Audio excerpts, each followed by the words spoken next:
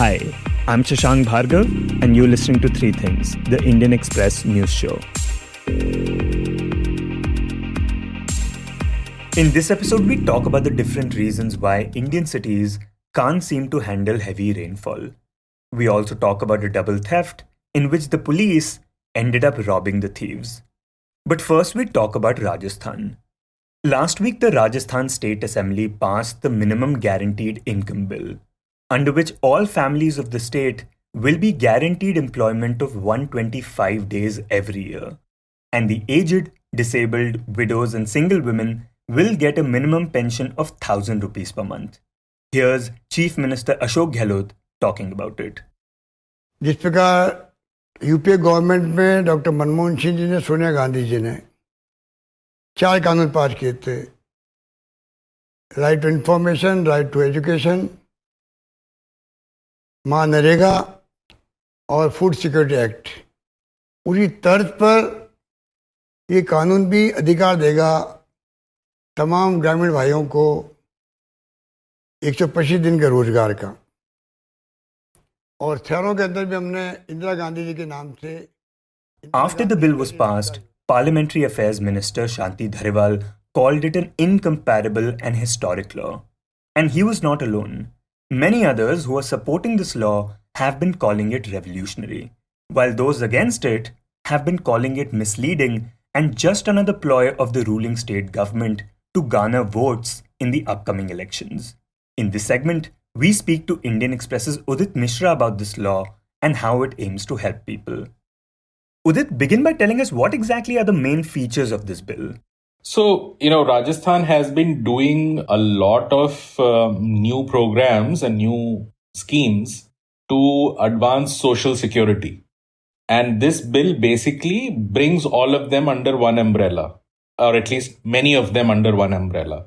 So, it's called the Minimum Guaranteed Income Bill, which is to say that the government is saying that we'll ensure that this is a certain minimum that you will get as income to the people of the state.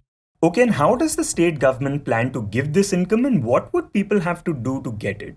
Yeah, so there are 2-3 things that one can do to get the minimum guaranteed income, as it were. One we all know is that the Mahatma Gandhi National Rural Employment Guarantee Scheme, the Manrega or Narega that we are aware of, which was passed in 2005, and that gives you 100 days of opportunity to do 100 days of labor for every household, and that pays you some minimum wages. And just a note for our listeners, Manrega is only for people in rural areas. Yes, so that's the Rural Employment Guarantee Scheme. And what Rajasthan has done is that, first of all, they have increased that provisioning from 100 days to 125 days. So 100 days will be financed from the center, because that's how the scheme works. And the next 25 days is an additional top-up that Rajasthan is providing to people in the rural areas. So you can get more money if you are actually distressed, and if you are somebody who doesn't get any work, then you have an opportunity to earn 25 days more of work. And this is an opportunity available to every adult, not just a household. So that's another additional payment, because a household would typically be 4 or 5 people. And if you're going, then I can't go. And if I'm going, then you can't go. But this is for every adult. So both of you and I can go and get additional money. The next thing that they have done is to provide an urban employment guarantee scheme. So actually, they were running a scheme, as it were, for urban employment, just on the lines of rural employment. And Rajasthan was one of the 5 states in India which had started running the urban employment guarantee scheme. Again, in light of the fact that just like there was rural distress 20 years ago, now there is urban distress. People are not getting enough jobs. So to recognize that, to allay that, they have this urban employment guarantee scheme. Okay, so one thing that this bill does is that it increases the already existing Manrega provision from 100 to 125 days. And then it also addresses the problems of the urban unemployed by also giving them 125 days of guaranteed work. And more importantly, this is not a scheme, this is a law. Could you talk about how that changes things for people trying to benefit from it? So, it is very crucial that people understand the difference between a scheme and something that comes under a bill. So Rajasthan had been running this urban employment guarantee scheme for a year or two now. And they had been doing just exactly the same thing that they would be doing under a bill also. But by passing a bill, and which will turn into an act, what changes is that the same thing now becomes a legal entitlement for people. Which is to say that if I am an urban unemployed person in Delhi or in Rajasthan for that matter, I can actually go to courts and say that there is an act of the legislature which says that I should be getting 125 days of work and I should be getting minimum wages or whatever wages for it. And I'm not getting it, or I have worked, my wages are delayed, and whatever the provisions of that law are, I should be getting. If I'm not getting the work, if the government cannot give me work, then they should give me some kind of unemployment benefit, right? Something to give me, because the whole point of the whole thing is to give a safety net and for the government to guarantee that safety net. So it makes a big difference between a scheme when a chief minister can get up and say, okay, I will I will provide you 100 days of labor, and then tomorrow gets up and says, well, I'm not in the mood anymore to provide you 100 days of labor, right? Or else, even if I do not provide you, what will you do? The maximum you can do is to wait for another 5 years and possibly use only this as the issue to vote the government out. But otherwise, there is no recourse. When you turn it into an act, as it happened with Narega, or as it happened with the right to information or the right to education or the right to food, you turn that into a legally justiciable right. You can actually approach the courts and say that I want some kind of a relief on this because the state is not doing it. And it binds all governments in the future also. So it's a very different framework, and that framework matters. So that is the other thing that they have done. And Rajasthan has become the first state in the country to have a legal entitlement for urban employment guarantee. And Udit, what about the people who are not able to work? How does this act aim to help them? Yeah, so for people who are either disabled or elderly or widows who cannot take part in either the urban employment guarantee or the rural employment guarantee, the government through this bill is guaranteeing a pension of 1,000 rupees. And it is crucial because, first of all, it is double the amount from what was existing, which was around 500 rupees, which is frankly nothing. Even 1,000 rupees is not much, but at least this amount has been doubled to 1,000. Right, and with regards to this pension, the Act says that it will automatically be increased at the rate of 15% each year. Will that make a difference? Yeah, so I mean, it's a massive step that any such pension outgo is, at least this bill is making it inflation proof. We've seen a massive surge in inflation in the last few years, and I think it's sort of driven by that. And this 15% increase will happen in two steps. Once at the start of the year at 5%, and then towards the end of the year at 10%, so that one can take care of the inflation bit. And it also sort of not only is about inflation proofing, but also considering that it's starting off with a very low level of 1,000 rupees, it's providing some kind of a catch up for that number. And Udit, a number of people have raised concerns that this will end up costing the state government a lot of money. So the question is, can the state actually afford to implement it? So I talked to a very senior official in the Rajasthan ministry regarding this, and their view was that they gave the data, and the data basically shows that Rajasthan as an economy has grown very rapidly over the last 5 years when the Congress was in power. In the budget speech that the chief minister gave this year also, he said that when we came to power, Rajasthan was growing at around 2.5%, and this was pre-COVID.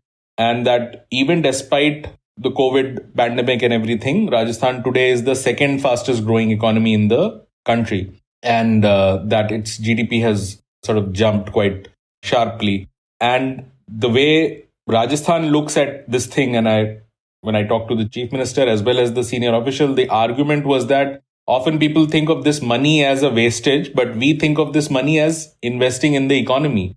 You invest in the poor, you give them the money, that money gets circulated in the local economy. When you invest in the poor, local assets are made, a pond would be made or a local village road would be made that would spur up the economic activity. So just seeing investments in roads, in national highways is not investment, but also investing in rural roads through Narega or such schemes is actually a far more potent investment in terms of triggering growth. So they see their economic growth as a result of this kind of initiatives, that they have provided money for people to have a consumption level. And hence there is a business case for businesses to continue investing. And Udit, in your piece, you also highlight that this act is called the Minimum Guaranteed Income Act and not the Minimum Income Guaranteed Act, which means that for the work that people do under it, it's not like they're going to get minimum wages. So tell us, how much income on average will a person get under this act? Yeah, so I mean, a lot of people often wonder that, the government is sort of giving away this money and this will sort of derail the economy or make people lazy and all of that argument, and that this is highly politicized and stuff. But, if you look at the number of the exact number that actually will go out of this act, it basically means that somebody who's working hard, providing labor on the street, they'll be getting something like 87 or thereabout rupees per day. That is the rate at which they will earn annually if they were to be dependent just on this. And if they were somebody who's just staying back and not taking any opportunity for work and just getting a pension, like a widow or a elderly or a disabled person, then they'll be getting something like 33 rupees. So it's really at the absolute minimum, literally like abject poverty line kind of minimum levels at which these things are being given. So one has to see it in perspective that when they say minimum guarantee, it's actually quite minimum guarantee. There's not much largesse beyond a point in this. And next we talk about Indian cities being flooded during the monsoons. There is a flood threat near Mumbai. Tansa Dam has overflowed and the dam supplies water to Mumbai. Heavy downpour has crippled the city of Bengaluru. Several areas have been completely inundated due to torrential rains. The state of Kerala is battling the worst floods now in a century, and the clamour to declare it as a national calamity is now picking pace. Over 300 people have died. And in recent years, incidents of flooding in Indian cities have been steadily rising, along with an increase in the intensity of these floods. For example, last September, Bengaluru experienced an unusually high rainfall that submerged the city. In 2018, cities in 4 districts of Kerala witnessed disastrous floods which killed more than 480 people in the state. And more recently, earlier this month, Delhi faced its worst flood in 45 years when the river Yamuna breached its banks, leading to a large-scale displacement of people in the national capital. To understand why such flooding events are on the rise and what can be done about it, Indian Express's Shivy Varghese spoke to urban planners across the country. In this segment, she joins my colleague Utsa Sarmin to discuss what they told her. So Shiny, could you first tell us what are some common factors these experts have identified as contributing to flooding in Indian cities? Yeah, so one of the primary things all of them collectively spoke about was climate change. And climate change, not just as, the temperature is rising, but also how precipitation has increased. So which means that it is almost 7 to 8% is what they say, which basically means that the warmer it gets, the more it's going to rain. And therefore, that was one main thing that many of them spoke about. Then, of course, there is unplanned construction where people are building without kind of giving any importance to how the land is and how the lay of the land is. There's also a problem of maintenance of stormwater drains, which actually is meant for our rainwater to flow through in many of the cities. Maintenance of these drains are a problem. Then, of course, that India perennially builds on wetlands, be it any kind of city. Most of our wetlands have been reclaimed, and our riverbeds have been reclaimed. So there's no place for water to actually flow. So these are primarily the 4-5 different points why we have an urban flooding, waterlogging issue in the country. Okay, so basically rapid and unplanned development along with inadequate infrastructure worsens this problem. Could you give us a couple of examples to illustrate how these issues lead to a higher frequency of floods in cities? Yeah, take for instance Delhi itself. We have, right along the Yamuna riverbed, a lot of construction has happened, be it your bridges, be it your underpasses, flyovers, tunnels. And all along the Yamuna riverfront, you have, from be it the Akshardham temple and that metro housing that's come, the entire Commonwealth Games, that village that came around, and even near Selampur area. And this is something that happened 20 years ago. It's not something that happened yesterday. But the point is that you're straining your river, you're actually reducing the capacity of your water to flow. So Delhi is, that is just one example in Delhi.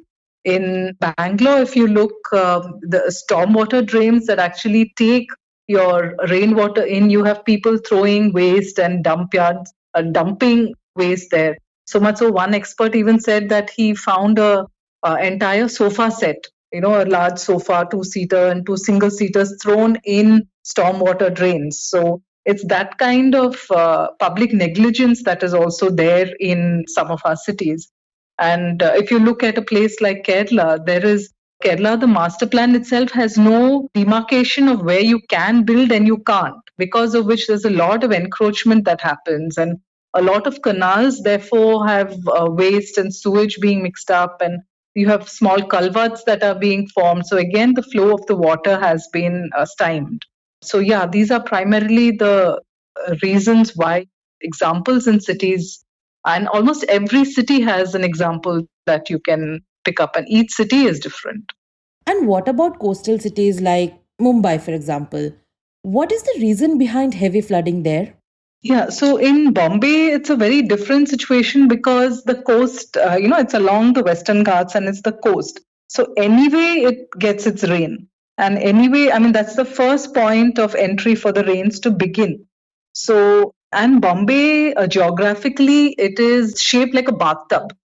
So the minute that water enters and there's no place to go out, so the Bombay has lakes, which again has been encroached upon. So when there is no place for the water to go, automatically water is going to flow out. And like I said, with this precipitation that is happening, normally what happens is, we imagine a landscape where there is nothing, there are no buildings, nothing in the way. It'll be a free flow of the wind blowing. But when the monsoon comes and the winds hit against, you have slums, you have high-rise buildings, you have medium-sized buildings, you have hilly areas. So there's a lot of turbulence actually that happens because of the winds. And so Bombay has this unique problem of it raining heavily in certain pockets. And that is where the floods are. So Bombay has that kind of a problem, which is very different from, like, let's say Chennai, which again, the wetlands have been occupied and they have been reclaimed. So there, the North Chennai especially, you will find a lot of flooding happening there. Or in Calcutta, for instance, that entire Newtown area has been completely, redeveloped. That was once upon a time the riverbed and where the water used to flow into the Sundarbans. So that again has been completely redeveloped, made this snazzy new township, so to speak, what is called Newtown. And you have a flooding problem there. Right, and Shiny, what kind of solutions do experts suggest to address these concerns? So actually, there is no one size fits all. And so for the kind of problem that is there in Delhi, you cannot possibly replicate it in Bangalore or you cannot replicate it in Kerala. So in Delhi, primarily, one answer that the experts suggested was to have water go down to the aquifers. So you send water into the aquifers, not to the soil, because the soil obviously is wet and cannot take it. So you send it down to literally to increase the ground water table, so to speak, the aquifer. But you have proper filtration systems in place so that the flood water doesn't contaminate your drinking water. So that was one suggestion. The other thing was to, from Bombay, we had somebody suggest why not have not just forecast maps, but hindcast maps, to say that you give the public the last 5 years kind of weather readings. So they're able to actually map the problems that come, and the IMD can actually map the areas where there are possibilities of floods. so that people are better prepared. So you have a risk management map or a vulnerability map. So you know that a particular area, like for instance, Thane, for instance, is going to get flooded now in the next 2 hours. So you're able to move people out much faster. Then, of course, there is legal systems need to be stronger so that people don't get easy passing their construction plans, for instance. So there are systems in place that will allow for checks and balances. But ultimately, everybody spoke about the lay of the land, that every construction site should not just look at land as a commodity, as a parcel that you say that, okay, 80% will be built, 20% will be greenery, because that is how the land is generally mapped for construction. But you have to look at the lay of the land to see that, okay, where will the water flow? What kind of a terrain is it? If it's hilly, or if you're building on a slope, how does the water move? So you work with water, not against water. So those are some of the suggestions that came up. And apart from focusing on infrastructural and institutional changes, did the experts propose any strategies to actively involve the people in these cities to prevent urban flooding? Yeah. So actually, there are multiple plans already, these flood resilience plans already in multiple places. For instance, in Bangalore, they had in one pilot project, they had actually done, I think, about, if I can remember right, it was close to some 32 square kilometers of just catchment area in central Bangalore. What they did was they cleaned up an entire stormwater drain. And that, so much so that you can actually, now that has become a place where people come in the evenings and, they sit around it. So that whole place was cleaned up with the help of the people. So that is a project that they intend to replicate in multiple points in the city. So there it was a complete involvement of the people with these, water management experts. Even in Delhi, you have lakes that are now being restored, and the Hoskas, that reservoir is a classic case because it was once upon a time, full of industrial waste water coming in. So now they have revamped that. And even, for instance, the Aravali Biodiversity Park, it's not so much about just the water body, but it's also how people have come together to create this biodiversity park in the middle of Delhi, where it becomes like a water sink, so to speak, where thanks to all the trees, you don't have flooding in that nearby areas. So yeah, there are lots of such initiatives happening. And in the end, we talk about a double theft involving a bag of gold coins dating back to the British Raj.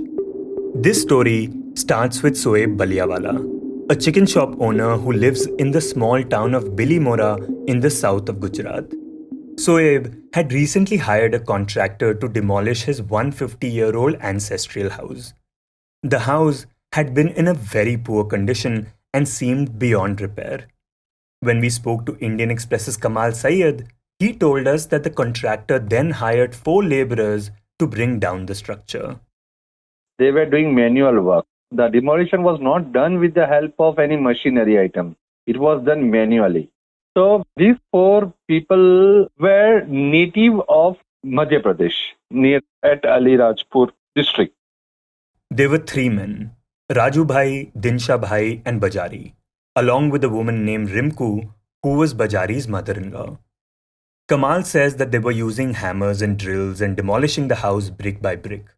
And while bringing down a particular wall, they discovered a bag full of gold coins dating back to 1922.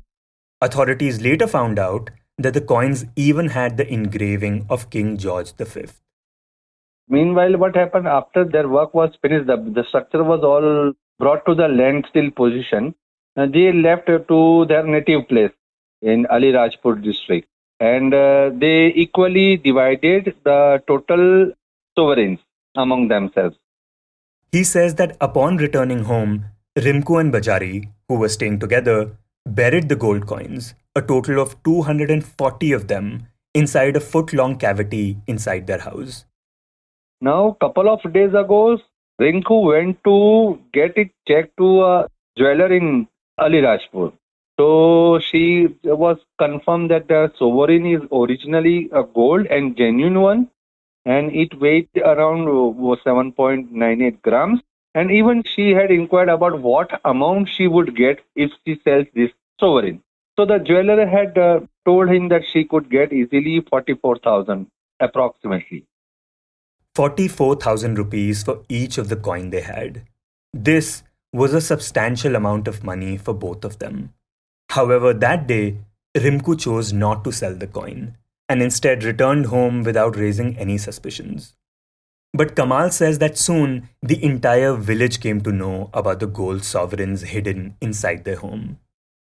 So the information leaked, and thus this information led to the police officials at this Sondwa police station in Ali Rajpur district. So a group of 4 policemen, they went to Rinku's house in Baizada village on 19th of July at around 10 a.m. He says that they had mentioned in the police diary that they were going to do a liquor raid in this Gujarat village. Though that does not seem to be the case, because when they reached Rimku's house, they found the 1-foot cavity and took all the 240 gold sovereigns away with them. So husband of Rinku was out of the house, even Bajari was out of the house. So when they returned, Rinku disclosed about the police men came in plain clothes and they have robbed the gold sovereigns. So Bansi, Rinku and Bajari, they all talked to some of their relatives in the village. And on the same day in the evening, they went to police station to register an offense against the cops. The same police station, Sondwa police station. And slowly the information reached to the district superintendent of police. And they had made an allegation that such type of 4 cops had come to their home and had been involved in robbing the gold sovereigns. Initially, the police didn't believe them. But soon they came to know that all the 4 suspected officers were suddenly on leave, all at the same time. So this had triggered Mr. Singh, the SP, that something is wrong. Okay, he understood that something is wrong. So he started an internal inquiry. What actually had happened? He talked to some of the cops over there. He talked to some of the villagers. He talked to the Rinku, Banshi, Bajari, and digged out all the information. That's when he came to know how the 4 laborers had discovered the gold coins. When the police informed Soeb Baliawala, whose house these 4 people were demolishing, he said that he had no idea about the coins. So after the police mentioned them, entire story, the contractor and the house owner were also shocked. Oh, gold sovereigns were hidden in our house. So everybody was shocked in the village. They didn't knew that gold sovereign is there in their home. He says that right now the authorities are trying to trace the 4 policemen who allegedly robbed Banjari and Rimku of the gold coins that they had stolen from Soeb Baliawala's ancestral home. So a complaint has been registered with Sondwa police station against all these 4 cops, and they have gone underground. While remaining on leave, they have gone underground. No arrest has been made so far in the theft case. You were listening to 3 Things by the Indian Express. Today's show was edited and mixed by Abhishek Kumar and was produced by Utsa, Sarmin and me, Shashank Bhargava. If you like the show, then do subscribe to us wherever you get your podcasts. You can also recommend the show to someone you think will like it. Share it with a friend or someone in your family. It's the best way for people to get to know about us. You can also tweet us at Express Audio and write to us at podcast@indianexpress.com.